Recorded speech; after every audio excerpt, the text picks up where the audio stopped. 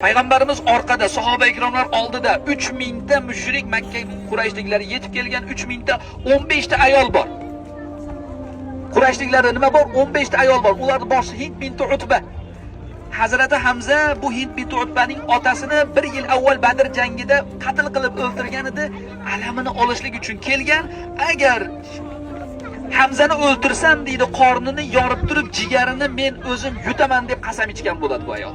Va o'zi bilan birgalikda Qurayshlik ayollar yetalab kelgan childirmalar qo'llarida ularni shijoatlantirib turardi. Ortga qaytishimga yo'q deb shijoatlantirib turardi. Keyin botil bir din uchun chiqqan ayollar chiqadi-yu, musulmonlar tarafdan ayollar jangga qatnashmagan deb o'ylaysizlarmi? Bor, kim bor? Payg'ambarimiz ammasi Sofiya onamiz bor. Payg'ambarimiz sollallohu alayhi vasallamni himoya qilayotgan paytida zarba yeb chandig'i qolgan, qilich zarbasi qolgan Nasiba binti Ka'b Ummu Amora onamiz bor. Jangga kelgan Fatima onamiz bor. Ummu Sulayd onalarimiz qatnashgan bu jangga.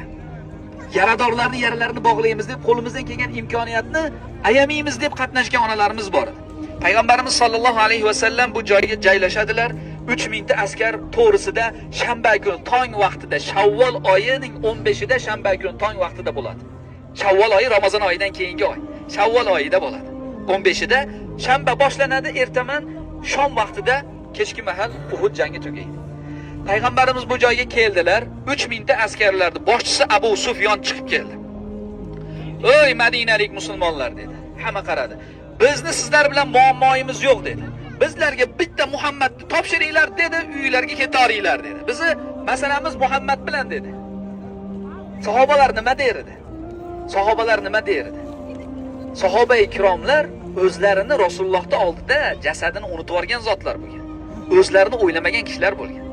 Rasulullohning o'zini taslim qilishlik tursin, qilini ham taslim qilmaymiz deyishgan ekan. Payg'ambarimiz sollallohu alayhi vasallam tartiblagandan keyin jang boshlanadi. Jang boshlangan paytida Qurayshliklarning bayroqdorlariga hujum qilishadi musulmonlar. Bayroqdorlarga hujum qilib, bayroqdorlarni bitta qatl qilgan paytda 9 ta bayroqdori o'ladi Qurayshliklar, dushman tarafdagi. 9 ta bayroqdori. Ko'taradigan bayrog'i ko'taradigan qolmagan paytida bayroq bu jangning yo'nalishini o'zgartiradigan. Bayroq havoda bo'lmagandan keyin, yiqilgandan keyin Qurayshliklar qaraydi, bayrog'i osmonda emas, yiqilgan. Yutkizyapmiz ekan degan qo'rquvni Alloh qalbiga soladi, hammasi tum-taraqay qilib qochadi orqaga.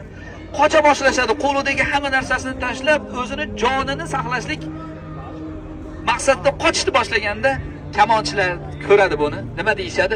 "Biz g'olib bo'ldik. Biz ham jang qilaylik, biz ham qatnashaylik, biz ham g'animatdan nasibador bo'laylik" deb 40 kishidan ziyodi tushib ketadi.